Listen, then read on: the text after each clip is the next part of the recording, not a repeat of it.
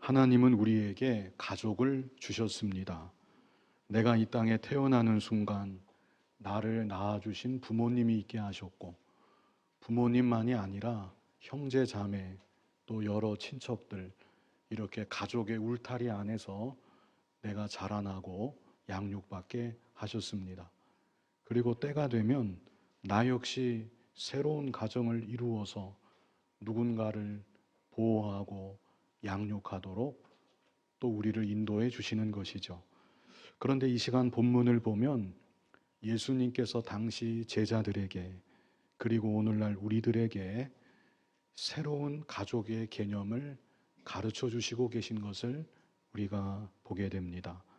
그것은 다름 아닌 하나님의 가족이라는 개념입니다. 하나님의 가족. 이 시간 말씀을 통해서 나에게는 육신의 가족만이 있는 것이 아니라 하나님의 가족이 또한 나에게 있다. 우리가 이 사실을 좀 알아야 되겠고요. 더 나아가서 하나님의 가족으로 하나님의 가족됨을 일생토록 잘 이루어 나아가는 저와 여러분이 될 수 있기를 바랍니다. 우리 본문 46절을 같이 한번 읽어보겠습니다. 예수께서 무리에게 말씀하실 때에 그의 어머니와 동생들이 예수께 말하려고 밖에 섰더니. 자, 지금 이 상황이 어떤 상황인가? 예수님이 어떤 집안에서 진리의 말씀을 가르치는 상황입니다. 그 집안에는 이미 많은 사람들이 자리를 잡고 주님 가르쳐 주신 말씀을 경청하고 있었던 것이죠. 그런데 바로 그때 예수님의 육신적인 어머니와 예수님의 육신적 동생들이 그 집으로 찾아온 것입니다. 그러나 이들은 집 안으로 들어갈 수가 없어요. 이미 집안에 많은 사람들이 자리를 잡고 있기 때문에 예수님의 육신의 가족들은 집 안에 들어가지 못하고 집 밖에 서서 예수님에게 무언가를 말하려고 애를 쓰는 그런 상황을 이 마태복음 12장 46절이 이렇게 표현하고 있는 것입니다. 자, 이어지는 47절 우리 같이 한번 읽어보겠습니다. 한 사람이 예수께 여짜오되 보소서 당신의 어머니와 동생들이 당신께 말하려고 밖에 서 있나이다 하니. 어떤 사람이 예수님께 말한 거죠. 보소서 당신의 어머니와 동생들이 당신께 말하려고 밖에 서 있나이다. 자, 이 한 사람이요, 자기가 직접 밖에 있는 예수님 가족들을 먼저 보고 예수님에게 와서 이 말을 한 것일까? 그게 아닙니다. 같은 사건을 기록한 마가복음 3장 31절을 보면 이런 내용이 있습니다. 그때에 예수의 어머니와 동생들이 와서 밖에 서서 그 다음에 어떻게 했습니까? 사람을 보내어 예수를 부르니. 이렇게 된 것입니다.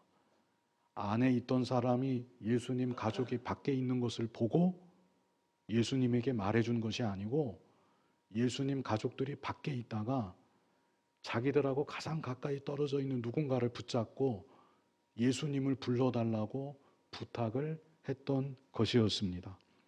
더 정확하게 이 상황을 표현하면 예수님의 가족들이 예수님을 밖으로 불러내려고 하는 상황입니다. 참 이상하죠. 예수님은 지금 진리의 말씀을 가르치고 계신데 그런 예수님을 밖으로 불러내려고 했다. 이것은 경우에 안 맞는 거죠. 상식에 어긋나는 일입니다. 한번 생각해 보십시오. 여러분의 자녀가 중요한 자리, 많은 사람들을 앞에 두고 지금 말을 하고 있는데 여러분이 여러분의 자녀들을 다 데리고 그 자리로 가서 아무개야 나오너라, 내가 왔다, 너에게 하고 싶은 말이 있다, 어서 나오너라. 여러분들 같으면 그렇게 하시겠냐는 것입니다. 그런데 지금 예수님 육신적인 어머니와 예수님 육신적 동생들은 바로 그와 같은 일을 여기에서 행하고 있는 것이죠. 도대체 왜 이렇게 하는 것인가?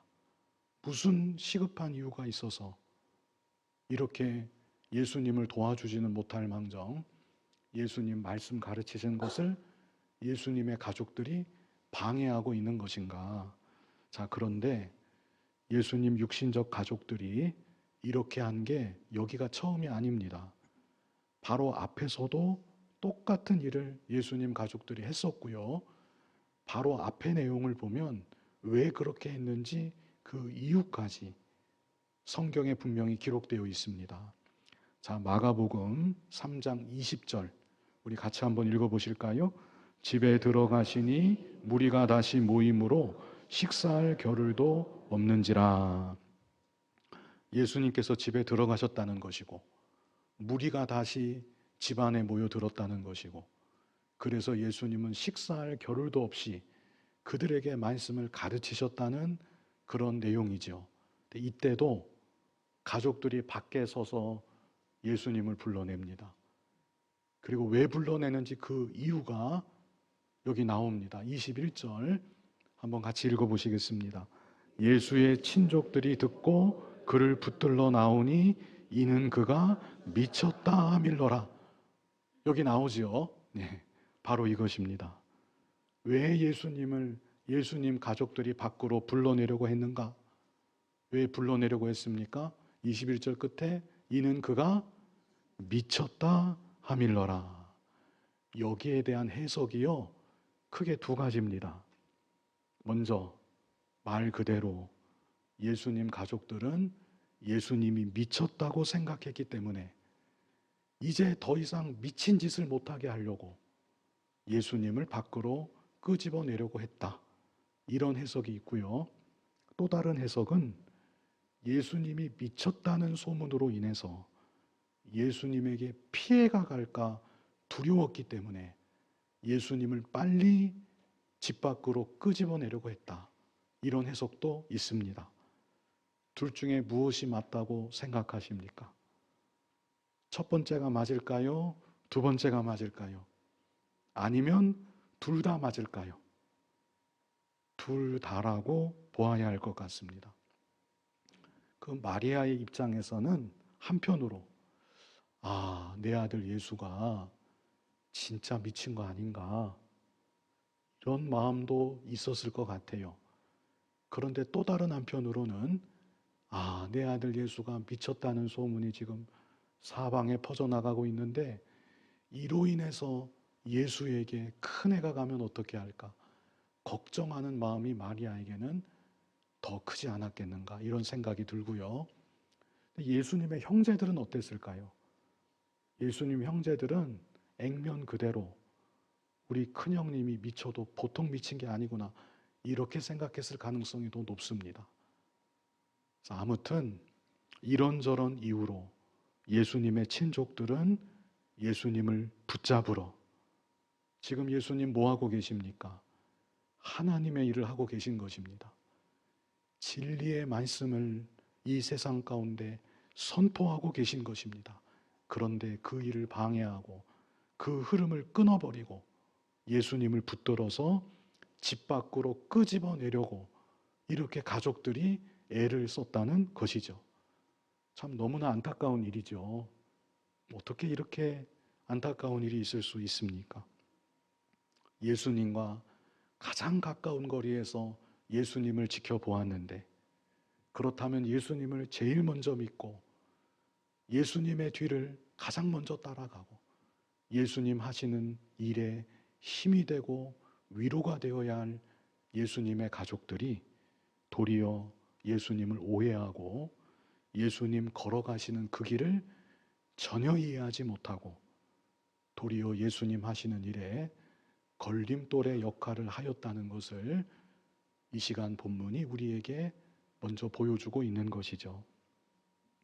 오늘날도 마찬가지인 것입니다. 여러분들이 믿음의 길을 정말 바르게 걸어가려고 할 때 여러분과 가까운 사람들이 여러분의 걸림돌이 될 수가 있습니다. 여러분의 가족들이 여러분 믿음의 앞길에 장애가 되고 걸림돌이 될 수 있다는 것, 성경은 여러 곳에서 그것을 말씀해 주고 있습니다. 자, 한 군데만 먼저 찾아보면 마태복음 10장 34절로 36절, 우리 뜻을 생각하면서 같이 읽어보겠습니다. 내가 세상에 화평을 주러 온 줄로 가지 말라. 화평이 아니요 검을 주러 왔노라. 내가 온 것은 사람이 그 아버지와 딸이 어머니와 며느리가 시어머니와 불화하게 하려 함이니 사람의 원수가 자기 집안 식구리라.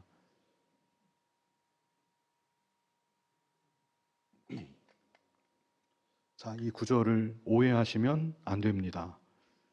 예수님을 믿는 신앙이 화목한 가정을 불화하게 만드는 것은 절대로 아닙니다. 예수님의 복음은 우리 인생들에게 참 기쁨을 주고 참 평화를 주고 영원한 생명을 주는 복음입니다. 그러나 진리를 따르는 길에는 필연적인 갈등도 있다는 것을 예수님은 이런 말씀을 통해서 오늘날 우리들에게 가르쳐 주고 계신 것입니다. 그리고 중요한 것은 그러한 갈등이 있을 때 갈등을 피하려고 무조건적인 화목을 이루려고 진리를 양보하는 일이 있어서는 안 된다는 것을 우리에게 또한 교훈하고 계신 것입니다. 우리는 예수님께서 보여주셨던 모본과 예수님께서 가르쳐 주신 가르침대로 어디에 있든지 내가 먼저 낮아지려고 해야 되고, 내가 먼저 희생하려고 해야 되고, 내가 먼저 양보하려고 해야 되고, 어찌해서든지 내가 있는 곳을 화목한 곳이 되도록 만들어 나아가려고 힘을 써야 됩니다. 그러나 진리를 지키는 면에 있어서는 양보하면 안 되는 것입니다. 진리를 지켜나가는 면에 있어서는 그 누구와도 타협하면 안 되는 것입니다. 갈등이 일어난다 할지라도, 심지어 가장 가까운 관계에 파탄이 난다 할지라도, 내가 오해를 받고 핍박을 당하는 일이 생긴다 할지라도 끝까지 진리를 지키며 믿음의 길을 굳게 걸어 나아가야 되는 것입니다. 누가복음 14장 26절로 27절을 혹시 마이크 있으면 좀 읽어주시겠어요? 26절로 27절을 다 같이 읽어보시겠습니다. 무릇 내게 오는 자가 자기 부모와 처자와 형제와 자매와 더욱이 자기 목숨까지 미워하지 아니하면 능히 내 제자가 되지 못하고, 누구든지 자기 십자가를 지고 나를 따르지 않는 자도 능히 내 제자가 되지 못하리라. 아멘. 자, 특별히 이 시간은 우리 27절은 암송도 했었는데 26절을 좀 집중해서 보겠습니다. 물은 내게 오는 자가 자기 부모와 처자와 형제와 자매와 더욱이 자기 목숨까지 미워하지 아니하면 능히 나의 제자가 되지 못한다 말씀하셨는데, 여기서 미워한다는 것이 감정적인 증오를 뜻하는 것은 절대로 아닙니다. 예수님 우리에게 뭘 가르치셨습니까? 누구까지 사랑하라고 그러셨습니까? 원수까지 사랑하라. 우리 마음에는 그 누구를 향해서도 미워하는 감정이 있어서는 안 되는 것입니다. 여기서 미워한다는 말은요, 선택의 의미입니다. 이것을 잘 아셔야 됩니다. 전에도 제가 몇 번 말씀드렸는데, 여기서 미워한다는 것은 어떤 의미라고요? 선택의 의미, 선택. 성경에 내가 에서는 미워했고 야곱은 사랑했다, 그런 구절이 있죠. 그것도 선택입니다. 내가 에서는 선택하지 않았고 야곱은 선택했다, 이런 말씀인 것이죠. 이 말씀도 물은 내게 오는 자가, 예수님을 믿고 예수님을 따르고자 하는 자가 자기 부모와 처자와 형제와 자매와 더욱이 자기 목숨까지 미워하지 아니하면 선택의 문제입니다. 어떤 선택입니까? 예수님과 부모 둘 중에 하나를 선택해야 될 때, 예수님과 처자 둘 중에 하나를 선택해야 될 때, 예수님과 형제자매 둘 중에 하나를 선택해야 될 때, 마지막에는 예수님과 나의 목숨, 둘 중에 하나만을 선택해야 될 때 무엇을 선택해야 되는가? 무엇을 선택해야 된다고 예수님 말씀하신 것입니까? 예수님을 선택해야 된다. 이게 예수님이 남기셨던 말씀입니다. 우리에게는 무겁게 느껴질지라도 이게 성경 말씀입니다. 그 어떤 친밀한 관계도 나와 너의 관계보다 더 우선되는 관계가 있어서는 안 된다. 마지막에는 너의 목숨보다, 네가 가장 소중히 여기는 너의 목숨보다 나를 선택해야 된다. 그것이 믿음의 길이고 그것이 참 나의 제자된 모습이다. 예수님께서 이것을 여기서 말씀해 주시는 것이죠. 그런데 하물며 가족이 아무리 소중하다고 해도 가족으로 인해서 진리를 양보하고 가족으로 인해서 믿음을 바로 지키지 못한다고 하면 그것은 예수님이 우리에게 원하시는 모습이 결코 아니라는 것이죠. 간단한 예로 믿음 없는 가족이 주일에 나들이 한번 가자고, 당신 때문에 우리는 주일에 한 번도 놀러 가지 못한다고, 주일에 딱 한 번 좋은 날 우리 나들이 한번 가자고 사정을 하면 어떻게 해야 옳은 것입니까? 정답은 분명하지요. 사정한다고 한 번이라고 같이 나들이를 가야 그게 옳겠습니까? 예수님 이 말씀을 보면, 성경 말씀을 보면 무엇이 옳은 것입니까? 최대한 그 사람 마음이 상하지 않도록 잘 이해시켜 주려고 노력을 해야 되겠지요. 그 영혼을 위해서 기도하고 평상시 믿음의 보본을 보이려고, 믿음의 모본을 보이려고 더욱 노력을 하고 주일에 예배하는 것을 가장 귀하게 여기는 내 자신이 되도록, 그리고 그런 저 사람이 되도록 주일에 하나님을 예배하는 이 일을 생명보다 귀하게 여기는 우리 가족이 되기를 간절히 소원하고 믿음으로 끝까지 나아가야 그것이 예수님 마음에 합한 예수님의 제자된 모습인 것입니다. 예수님은 이 땅에 계실 때 예수님이 맺으셨던 그 어떤 가까운 관계, 그 어떤 친밀한 관계 때문에 진리를 조금이라도 양보하신 일이 결코 없으셨습니다. 자, 본문으로 돌아와서 지금 상황, 예수님의 가족들이 밖에서 예수님을 불러내는 상황입니다. 예수님이 그 말을 들었습니다. 예수님이 뭐라고 반응하시는가? 48절 우리 같이 읽어보겠습니다. 말하던 사람에게 대답하여 이르시되 누가 내 어머니이며 내 동생들이냐 하시고. 예수님 이렇게 말씀하셨습니다. 예수님 가족들이 와서 예수님을 불러내니까 예수님 가족들이 지금 밖에 있습니다. 이런 말을 들으니까 누가 내 어머니이며 내 동생들이냐? 아주 단호하게 말씀하신 것이죠.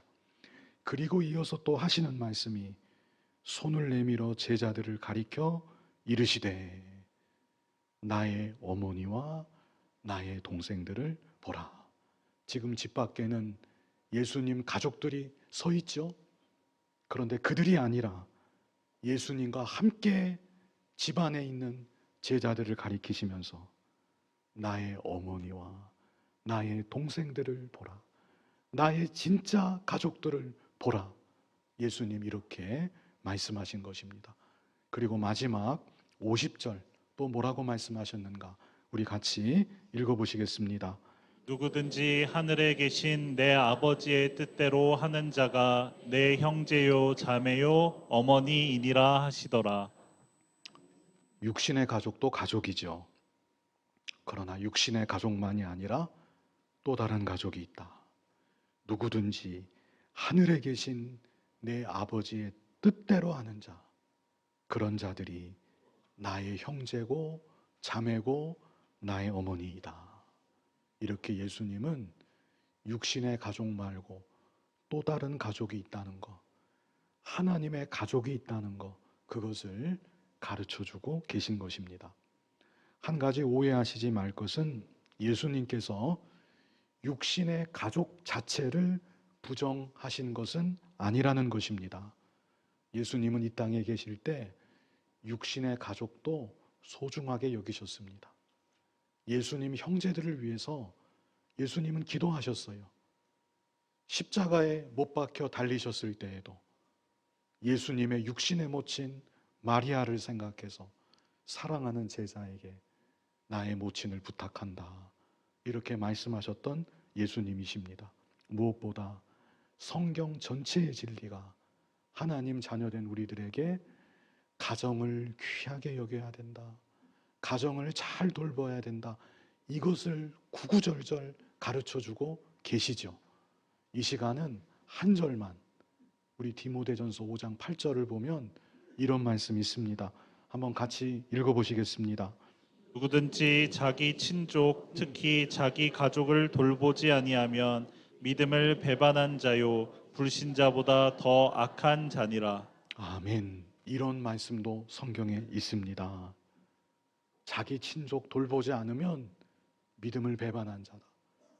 그런 자는 불신자보다 더 악한 자다. 그러므로 우리는 하나님께서 내게 주신 가정을 소중하게 생각해야 되고, 나의 가족들을 위해서 내가 해야 될 도리와 책임을 다해야만 합니다. 그것이 또한 바른 믿음의 모습인 것이죠. 다만 예수님께서는 육신의 가족만이 가족이 아니다, 육신의 가족을 넘어서는 더 중요한 가족이 있다, 이 진리를 우리에게 가르쳐 주신 것입니다. 자, 그렇다면 육신의 가족을 넘어서는 하나님의 가족, 하나님의 가족은 어떤 자들로 이루어지는 것인가? 여기 50절에 있는 대로 누구든지 하늘에 계신 아버지의 뜻대로 하는 자, 이들이 바로 하나님의 가족입니다. 자, 좀 더 구체적으로 하나님의 뜻대로 하는 자는 어떤 자인가? 두 가지 제가 주보에 적어 놓았는데요. 어렵지 않습니다. 하나님의 뜻대로 하는 하나님의 가족이 어떤 자인가? 첫 번째가 무엇입니까? 예수님을 믿는 자. 예수님을 믿는 자가 하나님의 가족입니다. 요한복음 6장 40절 우리 같이 읽어보겠습니다. 내 아버지의 뜻은 영생을 얻는 이것이니 마지막 날에 내가 이를 다시 살리리라 하시니라. 예, 내 아버지의 뜻은 아들을 보고 어떻게 해요? 믿는 자마다 영생을 얻는 이것이니. 하늘에 계신 하나님 아버지의 가장 중요하신 뜻이 무엇인가? 그것은 아버지께서 이 땅에 보내주신 독생자 예수 그리스도를 우리가 믿음으로 영생 얻는 것, 그것이 하나님 아버지의 우리를 향하신 가장 중요한 뜻입니다. 그래서 아버지의 뜻대로 하는 자, 그 자는 예수님을 믿는 자인 것이죠. 그런데 여기서 중요한 것은 오직 예수님 뿐이심을 믿어야 된다는 것입니다. 오직 예수님을 믿어야 된다. 예수님 외에 다른 구원의 길이 있다면 왜 하나님 아버지께서 독생자 예수 그리스도를 이 땅에 사람의 몸으로 보내셨겠습니까?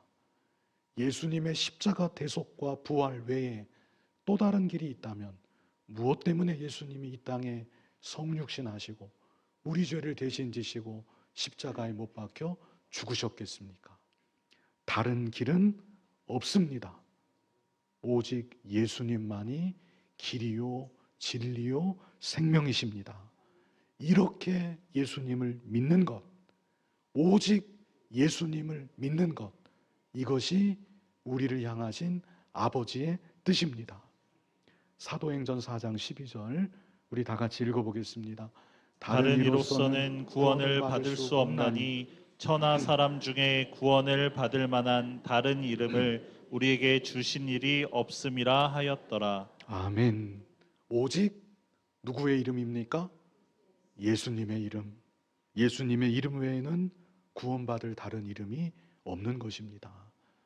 자, 하나님의 가족. 이렇게 첫 번째는 예수님을 믿는 자. 이거 연결되는 겁니다. 사실은 두 번째는 예수님 명령 따라 힘써 살아가는 자. 이 두 가지가 분리된 게 아닙니다. 연결되는 것입니다.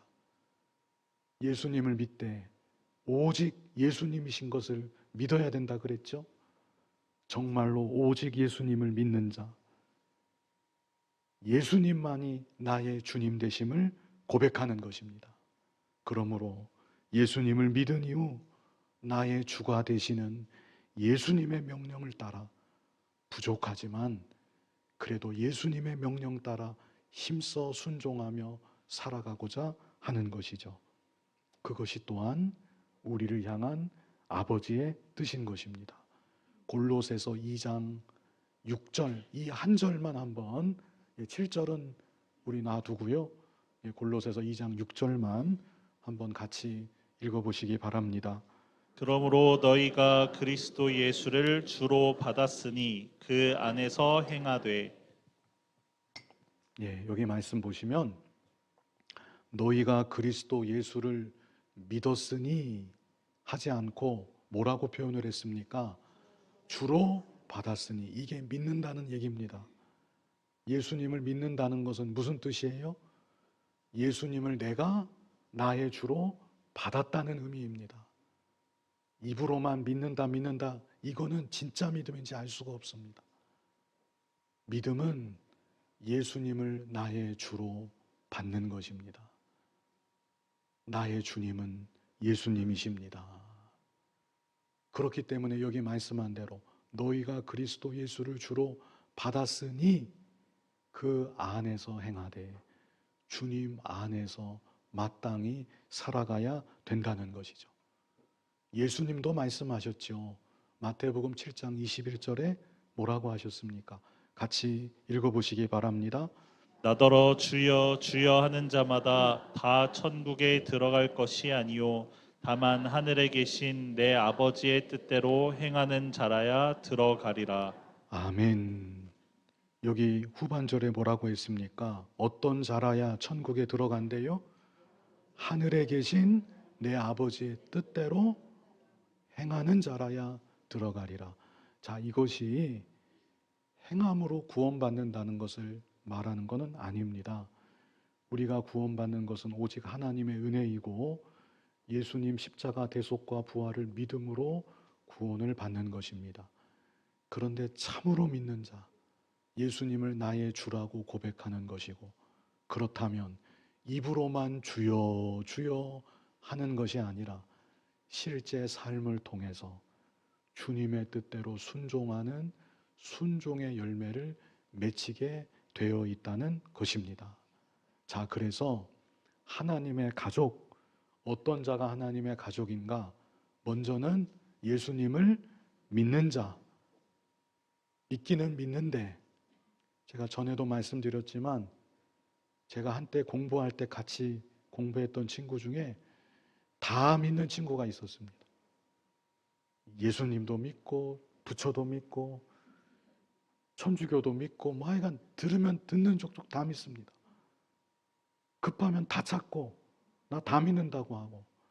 그걸 말하는 게 아닙니다. 믿음은 오직 예수님 뿐이신 것을 믿어야 그게 진짜 예수님을 믿는 것입니다.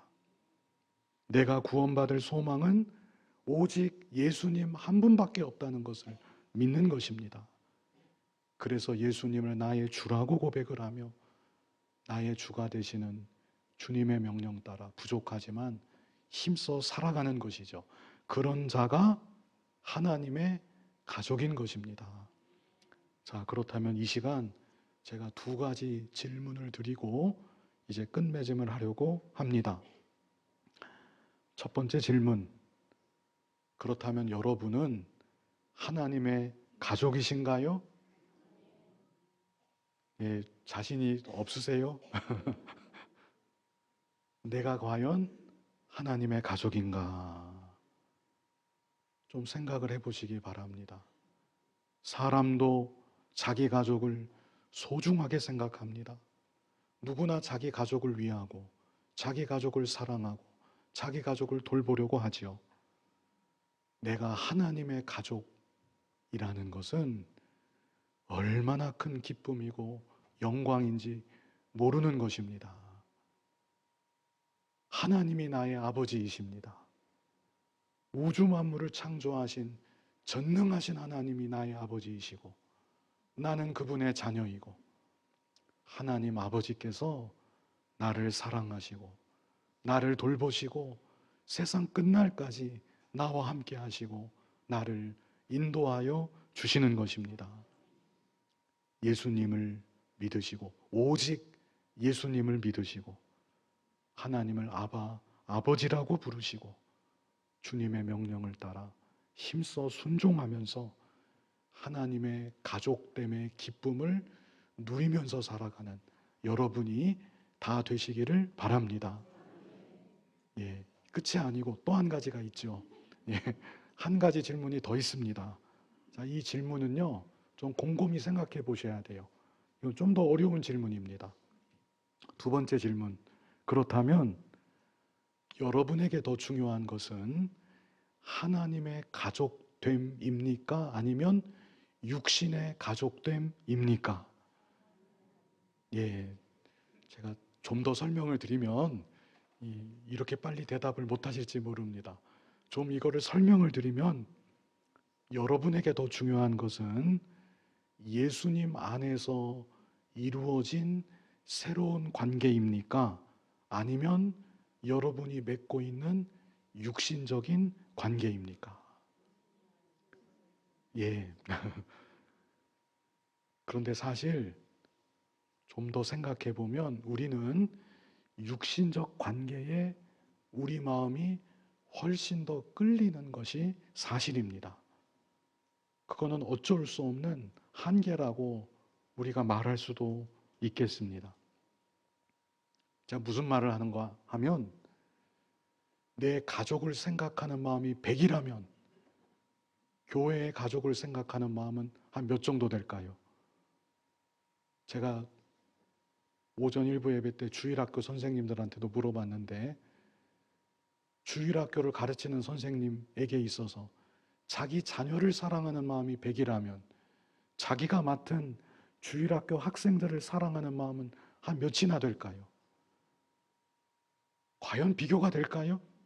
비등비등하게. 그런 사람은 저는 없다고 봅니다.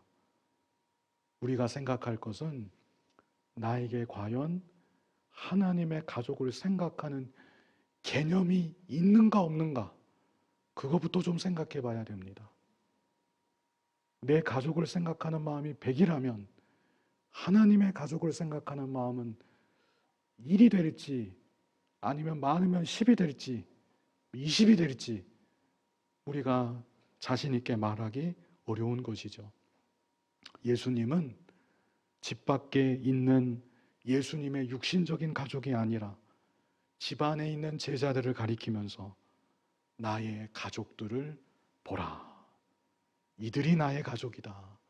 이렇게 말씀하셨던 예수님이셨습니다. 그러므로 우리들도 혈연으로 맺어진 내 가족 너무나 귀하지요. 그 가족을 사랑하고 그 가족을 위하고 당연한 것인데 단지 그것만이 아니라 예수님을 믿음으로 함께 하나님의 가족이 된 영원토록 함께할 차별 없는 또 다른 가족이 나에게 있다는 것을 좀 생각하고 예수님 안에서 다른 형제들을 조금이라도 더 사랑해 나아갈 수 있는 저와 여러분이 점점 더 되어졌으면 좋겠습니다. 그리고 또 중요한 것은 우리의 가정들이 단지 육신의 가족으로만 끝나서는 안 되겠다는 것입니다. 진리 없는 화목, 아무 의미가 없습니다. 제가 오전 일부 때도 이 부분에서 강조하고 싶었는데 목소리가 강조가 안 돼서 너무나 안타까운데 진리 없는 화목, 의미가 없습니다. 예수 없는 행복, 아무 의미가 없습니다. 이 사실을 우리가 생각해야 된다는 겁니다. 내가 정말 예수님을 믿어서 하나님의 가족이 되었다고 하면 나의 육신의 가족도 하나님의 가족이 되어지기를 간절히 소원하고 기도하고 애써야 되겠다는 것입니다. 순간순간의 화목이 아니라 그들 앞에서 진리를 양보하지 아니하고 갈등이 생기는 한이 있다 할지라도 오해받는 일이 있다 할지라도 오직 예수님만을 내 삶을 통해 내 입술을 통해 나의 가족들에게 증거하고 그래서 나의 육신의 가족들이 모두 하나님 가족 안에 들어가기를 간절히 소원하고 힘쓰는 저와 여러분이 되어야 하는 것입니다. 이 세상 살아가는 동안 그저 육신의 가족, 혈연의 가족, 그 가족에만 그 한계에만 매여서 사는 그런 우리들이 아니고 하나님의 가족이 나에게 있다는 것, 하나님을 아버지라고 부르는 나의 많은 형제 자매들이 교회 안에 있다는 것, 그 사실을 좀 생각하고 하나님의 가족됨을 점점 더 이루어 나아가는, 가정에서도 교회에서도 하나님의 가족됨을 이루어 나아가는 저와 여러분 될 수 있기를 간절히 바랍니다. 거룩하신 아버지 하나님, 예수님을 믿음으로 하나님의 가족이 되게 하시고 영원한 천국 소망 바라보며 주님의 명령 따라 살아가게 하시니 감사합니다. 육신의 가족만 바라보고 그 한계에만 머물러 있지 않게 하시고 하나님의 가족됨을 가정에서 교회에서 더욱 풍성히 이루어 나아가는 우리들 모두가 되게 하여 주시옵소서. 예수님 이름으로 기도하옵나이다. 아멘.